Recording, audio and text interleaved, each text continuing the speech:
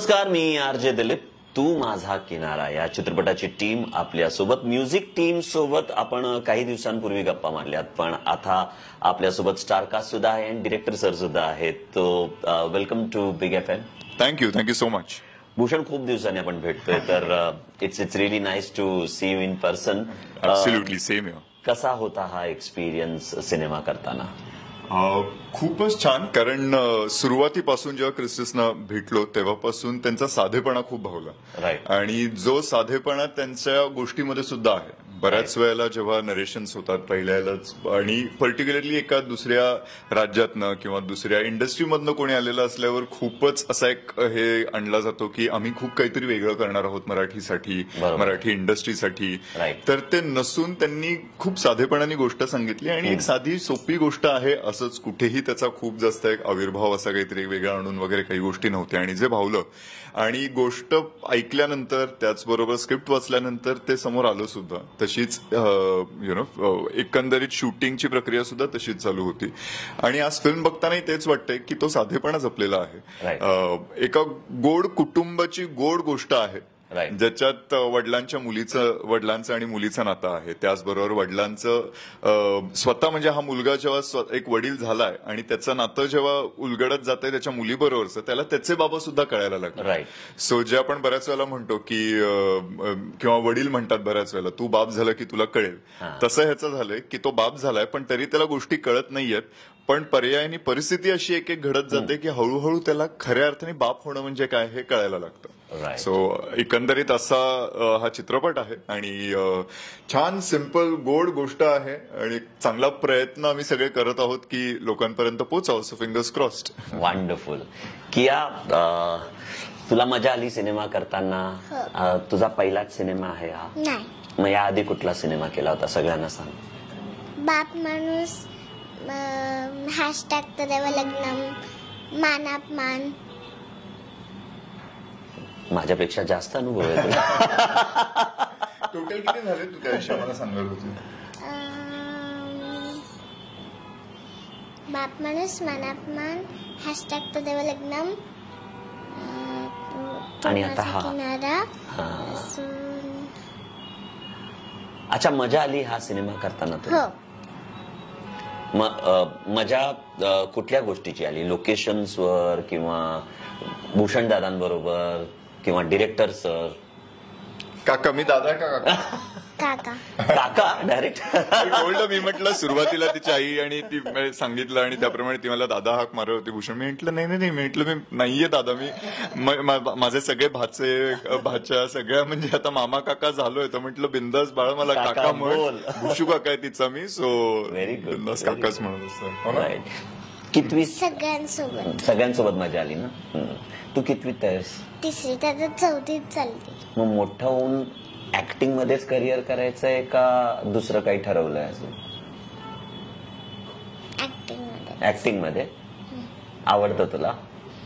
All right. आणि तू या चित्रपटात जो कॅरेक्टर प्ले करतेस त्या कॅरेक्टरचं नाव काय? मुक्ता. मुक्ता नॉटी आहे का? नाही. मग कशी आहे मुक्ता? चांगली. So cute. ऑल राईट, तुमच्याकडे वळूया. Yes Ketaki, tell us about your experience.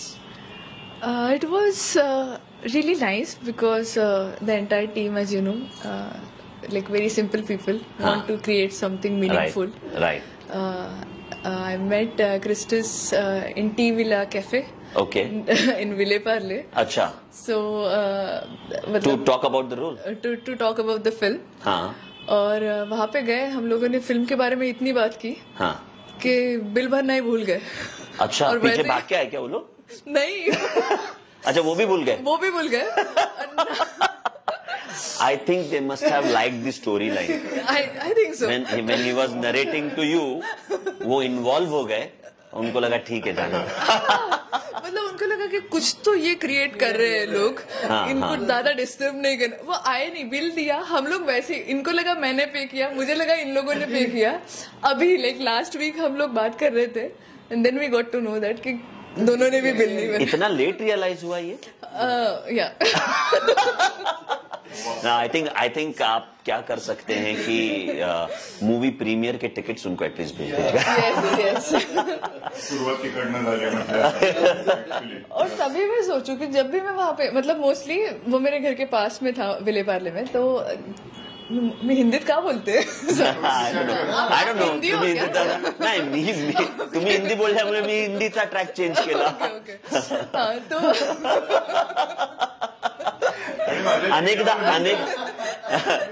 आणि अनेकदा असं होतं पण की अचानक मराठीमधून इंग्लिशमध्ये पण शिफ्ट होतो, मग आपण पण शो हा मराठी शो आहे मसाला चहा। नाही मी इंग्लिश मधनं मल्याळम मध्ये पण शिफ्ट होते आणि मध्येच तमिळ आणि मध्येच बेंगोली मध्ये पण शिफ्ट होते, त्यामुळे दॅट्स तू लाईक मुंबईकरचे ट्रेट्स आहेत ते नाही, खरं it's like jack of all and master of none असं येते। Okay so as I said की खूप सिम्पल लोकांनी खूप मिनिंगफुल फिल्म केली आणि करताना मजाच आली. प्लस हे कॅरेक्टर असं आहे की असं खूप आउट ऑफ द बॉक्स किंवा एक्स्ट्रा ऑर्डिनरी नाही आहे, बट आई आपली नेहमीच एक्स्ट्रा ऑर्डिनरी काम करत असते कळत न कळत, आणि आपण तेवढं ते अप्रिशिएट पण नाही करत. बट जेव्हा आपण आईपासून दूर जातो, म्हणजे इव्हन आपण शिकायला दुसरीकडे आलोय तरी आपल्याला कळतं की अरे माझं हे सापडत नाही, आई असती तर आईने शोधून दिलं असतं, किंवा छोट्या छोट्या गोष्टी म्हणजे जेवण म्हण की हे आई केवढं चांगलं बनवायची. सो आय थिंक तो जो असा एकदम इम्पॉर्टंट एलिमेंट आहे आपल्या आयुष्यातला, ज्याच्यामुळे आपण आज ज्याच्यात हॅपीनेस खरं हॅपीनेस दडलंय, खरं हॅपीनेस दडलाय, आणि आपण घडतो पण आईमुळेच, म्हणजे आईपासूनच आपलं आयुष्य सुरू होतं. सो तशा टाईपचं कॅरेक्टर मला करायचं चान्स मिळाला, which is very simple but eight simple आहे, त्यामुळेच ते तेवढं डिफिकल्ट पण आहे. Right right right. सो मजा आली. आणि Kristus sir is very humble person, तर त्यांना आम्ही पण काही इनपुट्स द्यायचो की आम्ही हे असं करू का तसं करू का. So he was very open to those suggestions. So what's the name of your character which you're playing? I am playing Sharayu. Sharayu. Yes. So you relate to Sharayu, म्हणजे असं वाटतं का की शरयूतले हे गुण माझ्यासारखेच आहेत इन रिअल लाईफ? ऍक्च्युली म्हणजे मला असं वाटतं की जर मी आई झाले तर कदाचित शरयू सारखीच आई असेल. राईट. आणि असं खूप त्याला काय म्हणतात, ते जे बॉक्समध्ये आईला टाकणं असतं ना की ती सगळं परफेक्टच करू शकते आणि ती अशी दिसणार, ती अशी राहणार. सो असे सगळे काही कन्स्ट्रेंट इन जनरल माझ्यामध्ये नाही ऍज अ पर्सन. राईट. मला जे आवडतं ते मी घालते, मला जे वाटतं, ज्याच्यावर मी बिलीव्ह करते ते मी फॉलो पण करते माझ्या आयुष्यात. Right. So I think I will be a good mother after this film. Very good. भूषणकडे वळूया आपण परत एकदा. भूषण, जो कॅरेक्टर तू प्ले करतोयस त्याबद्दल मला सांग. सो मी म्हणेन मुक्ताचे बाबा हे कॅरेक्टर आहे, कारण एकंदरीतच खरंच वडिलांची आणि मुलीची खूप छान गोष्ट लोकांपर्यंत पोहोचते. शरयू नक्कीच त्याच्या आयुष्यातला एक खूप महत्वाचा भाग आहे. त्यामुळे त्यांची गोष्ट कुठेतरी कशी सुरुवात झाली, आणि एक यंग कपल, जे आजकाल आपण सगळेच म्हणतो, एक यंग कपल जे प्रेमात असतात त्यांचा प्लॅन असतो बेसिकली लग्न करायचं, आणि लग्न झालं की त्यानंतर एक आपला संसार काही वर्षांचा चालू असं, मग फॅमिलीचा विचार करावा, फॅमिली प्लॅनिंगचा विचार करावा. पण या कपलच्या बाबतीत असं न होता सुरुवातीलाच त्यांचं लग्न होता होताच त्यांच्या आयुष्यात एक सरप्राईज त्यांना मिळून जातं, आणि ज्याच्यात आई आई असल्यामुळे ती कदाचित लवकर अकस्टम होऊन जाते, आणि तिला माया ममता या गोष्टी लगेच करत असल्यामुळे ते मुलीबरोबरचं बॉन्ड तिचा आहे. पण ह्याला अचानक वडील झाल्यामुळे ह्याला वाटत असतं की नाही, जे वडिलांचं काम म्हणजे सगळं प्रोव्हाइड करणं हे असतं, तर त्यामुळे ही इज लाईक की नाही, आपलं लाईफ परफेक्ट असलं पाहिजे आणि त्यासाठी व्यवस्थित सगळ्या गोष्टी मी फक्त प्रोव्हाइड केल्या पाहिजेत. पण वडील होणं किंवा बाप होणं म्हणजे नुसतंच गोष्टी प्रोव्हाइड करणं हे नाही, तर खऱ्या अर्थाने बाप होणं हे खूप पलीकडच्या गोष्टी आहेत. मुलांबरोबर होणारा बॉन्ड किती महत्वाचा आहे. तर त्याचा फोकस जो असतो की लग्न आणि बायको ह्याच्यावरती, म्हणून तो उत्तम नवरा आहे, तिच्यासाठी तो उत्तम नवरा आहे, त्यांची केमिस्ट्री, त्यांचं कम्युनिकेशन खूप चांगलं आहे. पण मुलीबरोबर त्याचं कम्युनिकेशनच नसतं, आणि जे वेळोवेळी त्याची बायको त्याला रिअलाइज करून देते, पण तरी त्याला ते कळत नसतं की मिसिंग काय, कारण काय स्वतःचंही वडिलांबरोबरचा कनेक्ट नसतो, आणि त्यामुळे मग ते कुठेतरी सगळं मिसिंग हे चालू आहे. आणि त्यातनं हळूहळू त्याला त्याची जाणीव कशी होते, आणि एक एक लेयर्स कसे निघत जातात, आणि कम्युनिकेशन गॅप कशी भरून निघते, या आधारावर ही एकंदरीत गोष्ट आहे.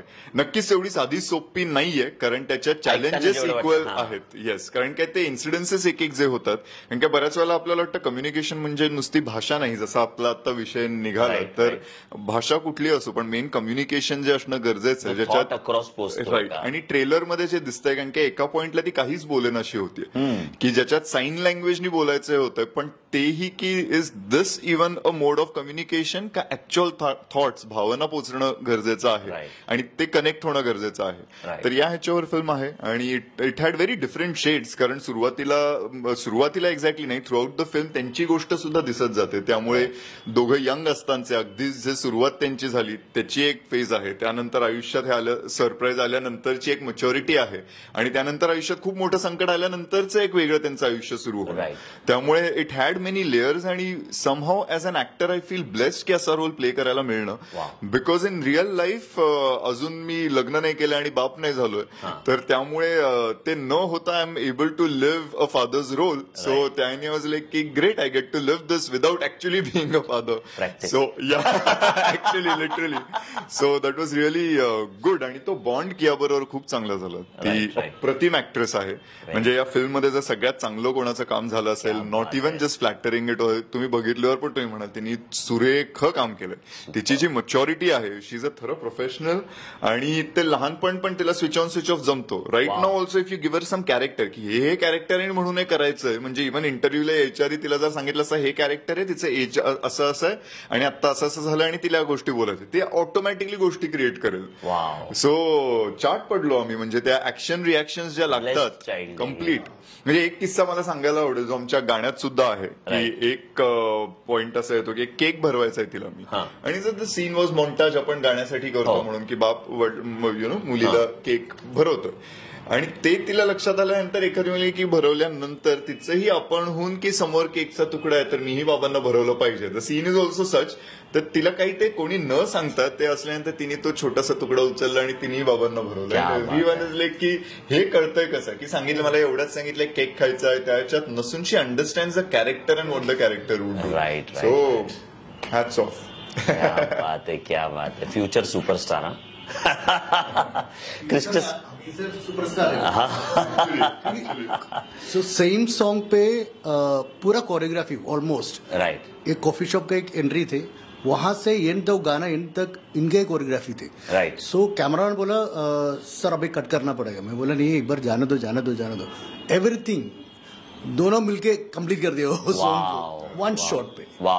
दिस इज व्हेरी इम्प्रॉम्प्टू, की आता एखादं जस्ट करायचं काहीतरी, एखादा सीन सांगितलं आणि दोघं करतोय, तर ती त्याच्यात जोपर्यंत कट म्हणत नाही, जर त्यांनी दिवसभर ते चालू ठेवलं असतं, ती दिवसभर त्या कॅरेक्टरमध्ये राहिली असते, की आता हे करायचंय का, इकडनं बस, मग हे नाही, मग मी बस शोधायची किंवा काय जायचंय कुठे, हे कराय continuously she'll be in the character till you will cut the shot. Super super. खरं आहे ना क्यू? खूप काही शिकण्यासारखं आहे तुझ्याकडनं. ऐसा नहीं है मोबाइल में खेलना और गेम, कुछ भी नहीं है. स्केचिंग, स्टोरीज, अच्छा स्टोरीज बनाया हुआ है. क्या बात है, क्या बात है. वंडरफुल. मुझे ऐसा लगता है कि सिर्फ हम नहीं, और भी बच्चे जो देख रहे हैं या पेरेंट्स जो देख रहे हैं, वो भी बहुत कुछ सीख सकते हैं. 100%. कि अगर फोकस है, पैशन है, और उसको सही डायरेक्शन मिले तो क्या कमाल हो सकता है. और फैमिली को जाकर ये फिल्म साथ में भी देखनी चाहिए 31 अक्टूबर को. ये कोई मैसेज भी देने की कोशिश आपने की है इसके जरिए? कोई एक थ्रेड होता है, एक यूएसपी होती है फिल्म की, ऐसा कुछ था आपके मन में? करेक्ट है. सो मैसेज नहीं होता है. सो एक बोलता ना, हम लोग नॉर्मल लाइफ में हम लोग क्या मिलना चाहिए, क्या करना चाहिए, बस उतना ही है. राइट. पब्लिक को कैसे भी ले सकता हूँ, ऐसा कुछ किसी की भी गलती भी नहीं है. राइट. अभी ये फास्ट लाइफ में हम लोग चलते रहते. राइट. उसके अंदर उनको खुद लगना चाहिए मुझे क्या करना है. राइट. तो हम लोग नहीं बोल सकते हम लोग ये करो वो करो. ट्रू. सो फिल्म वैसा ही है, जो मैसेज जैसे आप लोग ले सकते हो. इसका मतलब ये कि इस फिल्म को देखने के बाद अंदर चेंजेस अपने आप आ सकते हैं. करेक्ट. वंडरफुल. एंड ये 20 days शूट नेचुरली हुआ है. एक्चुअल देखेगा तो इनके जो लाइफ आप देखेगा तो वहां 20 days के शूट शेड्यूल में ये फिल्म शेड्यूल पे है. तो that is amazing. Another achievement. और वो फ्लैट के अंदर का जो सीन्स आप देखेगा फिल्म पे जी, नेचुरली. तो मुझे क्या चाहिए था वहां पे, एक्टिंग नहीं चाहिए था, बट ये लोग तीनों मिलके वही किया है. सो एकदम रियल लाइफ में क्या होना चाहिए वहां पे. सो दैट्स व्हाई पीपल विल रिलेट. यस. और अपना कैमरामैन वो एकदम अच्छे से वो टेक्नोलॉजी यूज किया है. हमें तो खुशी इस बात की है कि आपने जब फिल्म बनाई है तो मराठी लैंग्वेज को चूज करके उसी में आपने बनाई है, और इसके बारे में हमने पिछले इंटरव्यू में भी आपसे बात की थी, एंड आपने कहा था कि आर्ट के लिए कोई बाउंड्रीज नहीं है, बट रिसोर्सेस क्योंकि यहाँ पर है, since you belong more to Maharashtra, तो आपने इसलिए मराठी लैंग्वेज को चूज किया। सो अभी भी वही लग रहा मुझे, मेरा फ्रेंड्स है, मेरा फैमिली है, मेरा काफी सर्कल पूरा यहाँ पे, सो कोई भी बाउंड्री नहीं है जो क्रिएटिविटी करने के लिए। पहली चीज जब हो जाती है ना, तो अगला सवाल भी दिमाग में आ जाता है कि अगली फिल्म भी आप मराठी बनाने के बारे में सोचेंगे, बिकॉज यू 100% सोचेगा मैं, क्योंकि देखो एक डर लगता है पहले, अपना लैंग्वेज नहीं है, अपना देश नहीं है, बट एक बार एंट्री होने के बाद हम लोग ना एक ग्राउंड पे गया, पहले सोचते वहां पे क्या होगा, ग्राउंड में जाने के बाद मालूम पड़ा अरे ये तो अपना ग्राउंड है, तो हम लोग कभी कुछ भी कर सकते हो। और ये अपना ही ग्राउंड होने के पीछे मुझे लगता है मराठी इंडस्ट्री की खासियत ये है कि हमारे जितने भी स्टार्स हैं, जैसे भूषण जी यहाँ पर बैठे हैं, आप सब यहाँ पर हैं, मैं शायद इनसे अभी 5 साल बाद पर्सनली मिल रहा हूँ, लेकिन हमारी बॉन्ड जो है, कनेक्शन जो है वो वैसा ही है। तो ये इस इंडस्ट्री की खासियत है कि बहुत अप्रोचेबल और बहुत फोकस्ड स्टार्स है, नहीं आपको ऐसा? इसका स्किल बहुत डिफरेंट है। स्किल मुझे सामने बैठ के नहीं बोल रहा हूँ, इसका स्किल बहुत डिफरेंट है। मीन्स फिल्म पे 3 शेड्स है, 18 डेज में 3 शेड्स किया ना हम लोग, वो पूरा बॉडी और फिगर और इमोशन, एवरीथिंग, एंड विद natural things, that's very different. End that's व्हाई ये मोटिवेशन भी मिलता है कि अगली फिल्म भी मराठी में करेंगे। उसमें रेडियो जॉकी के लिए भी एक कैरेक्टर लिखेगा।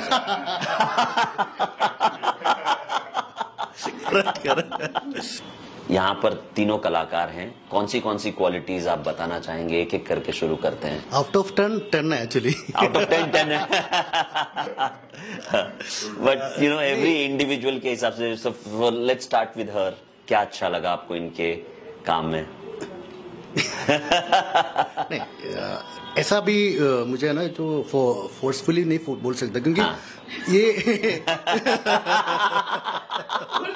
बोल सकता नहीं सर, कोई फोर्स नहीं। आप सवाल स्किप भी कर सकते हैं।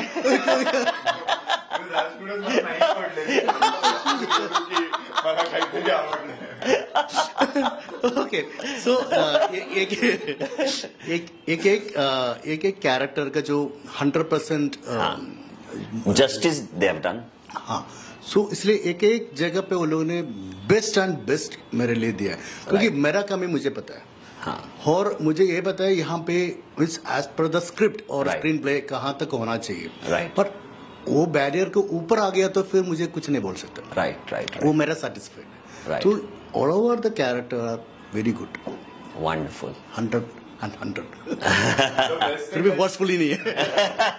The best thing I liked recently, which he said in one of the interviews, which I liked, is he's like, I'm very satisfied. म्हणजे अजून फिल्म रिलीज झाली नाहीये, पण he says I'm satisfied. So it is not when he was about... there for the music team interview also, he did mention that he is very satisfied and he was really appreciating all of you, especially you. That's so sweet. पण नाही, खरंच त्यांनी खूप एक चांगलं वाटतं, कारण काय कामं येतील, कामं आता success and all is all the box office success that means a lot definitely, पण ते जेव्हा फिल्म रिलीज होईल त्याचे दुसरे डायनामिक्स अजून असतात आणि त्या सगळ्यावरती खूप डिपेंड होत असतं, पण तरीही आपले डिरेक्टर आणि प्रोड्युसर ज्यांनी आपल्यावर विश्वास ठेवला त्यांच्याकडून हे येणं की I am satisfied, so is आपल्या कामाची पोचपावती एक आहे, त्यामुळे तो मेन टप्पा असतो. कारण जे अदरवाईज असं वाटलं की नाही यार माझी चूक झाली की यांना कास्ट करून नाही दुसरं पाहिजे, तर हे कधी न वाटतं. म्हणजे second film is working on, he is already discussing on those terms की मी असा असा विचार करतोय, हे तर ते खूप चांगलं वाटतं. तर त्याच्यामुळे this is something that a bond that is been created, as you rightly said, की आपण 5 वर्ष आधी भेटलो आणि तो इंटॅक्ट आहे, तर तसाच हा कायमस्वरूपी राहणारा एक बॉन्ड नक्कीच मिळालेला आहे. Wonderful, wonderful. All right, thank you so much to the entire team and wishing you all the best. इसी तरह सर आप कमाल के सब्जेक्ट में मराठी में फिल्में बनाते रहिए और हम डेफिनेटली थिएटर में जाकर देखने की बात कहते रहेंगे. Thank you so much big film पर आने के लिए. धन्यवाद Bhushan. Thank you so much.